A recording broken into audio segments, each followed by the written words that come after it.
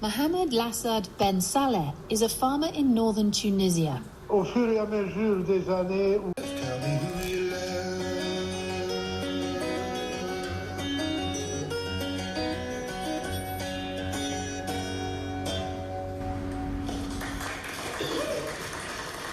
On RTE Radio 1, that was Dave Van Runk with Green Green Rocky Road. Joe in Limerick enjoyed it.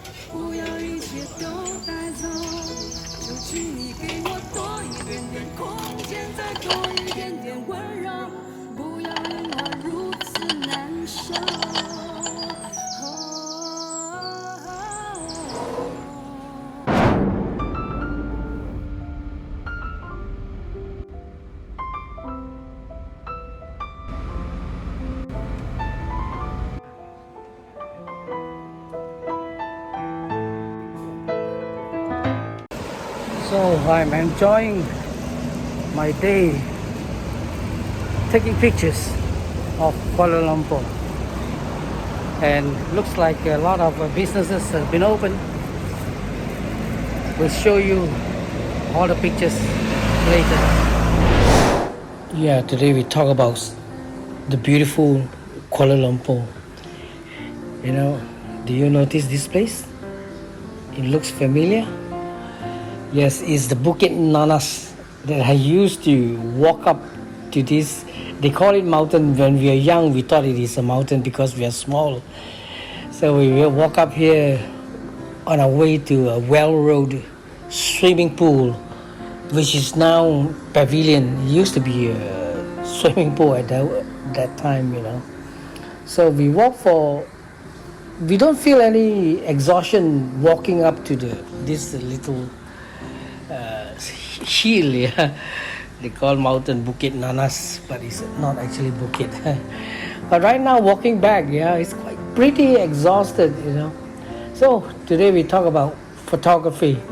I'm using a Fuji X2, quite an old camera. To me it's quite old because it's using all kind of dials and knobs to take pictures.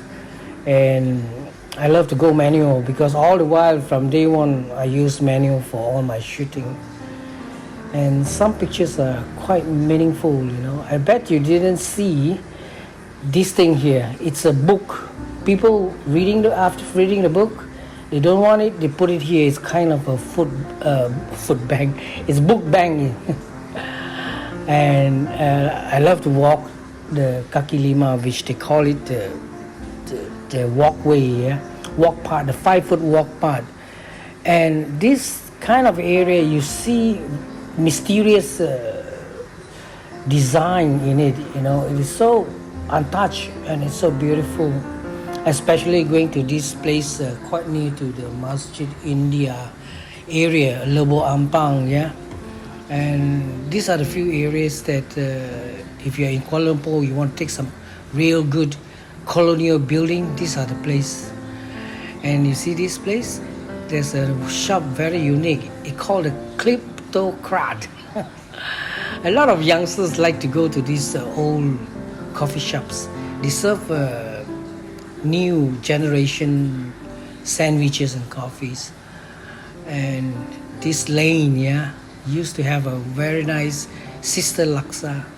You know, photography, you look at this on my left, the colors of the reflection is so clear, and it just mesmerized me, you know, when I can stay there for at least half an hour just to enjoy this scenery. And there's a few shops doing businesses, but overall it's pretty quiet. In fact, it's very quiet. Do you notice the zebra crossing in Kuala Lumpur? A lot of them are yellow. I wonder why. I don't know. I don't give a fuck anyway. So we talk about pictures, yeah.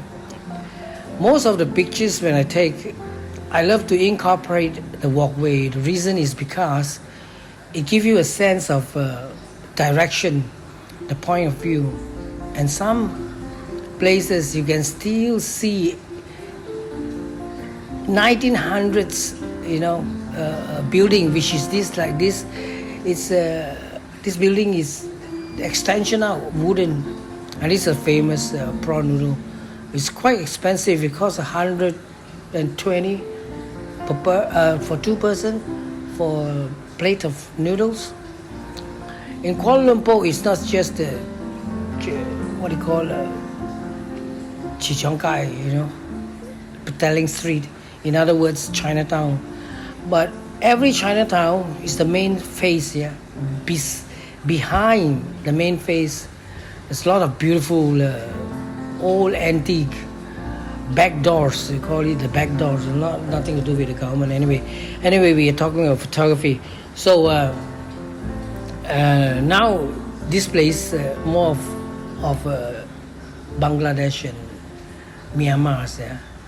Earlier, you see the Isitan, it started all here.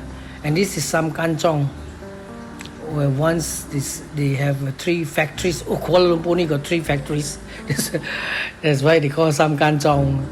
They do powders, not the white powder. This one is the Sultan train station, used to be.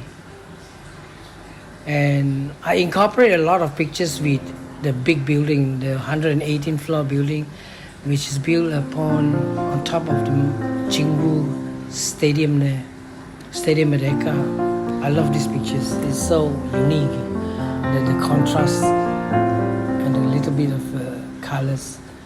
You see, these are very good shots. The Chinese letters, they have to pay license for that.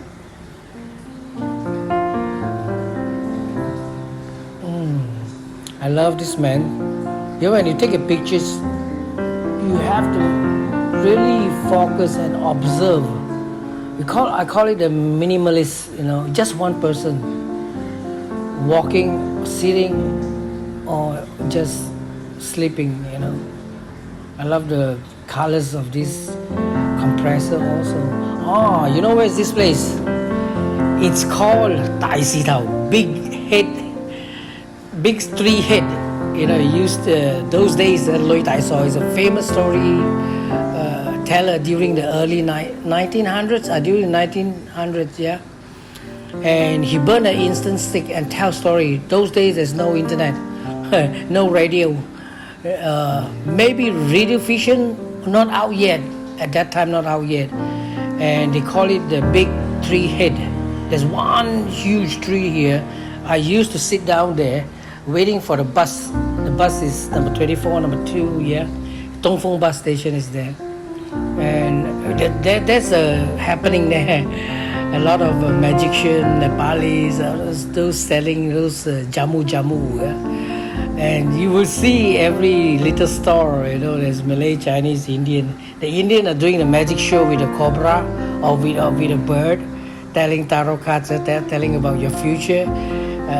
The Chinese were telling story. The Malay will sell, of course, nasi lemak. You never run. And beside that place used to call is a bar, tea bar, Chinese tea bar. There's a lot of little girls not little girls, they call it the 13, 14, 15 year. They serve tea to those oldies that's sitting down there. And to them, this is entertainment already. And I love this place. Look, it's Friday. It's completely deserted, and it's Friday. Can you imagine that? That's one of the oldest church, and then one of the oldest 1904 school.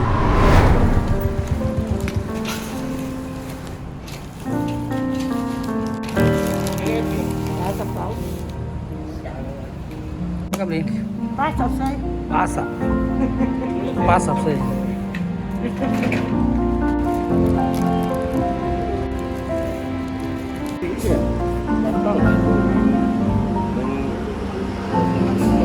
Tadi dia cakap apa? Myanmar. Bangla. Bangla pun tahu.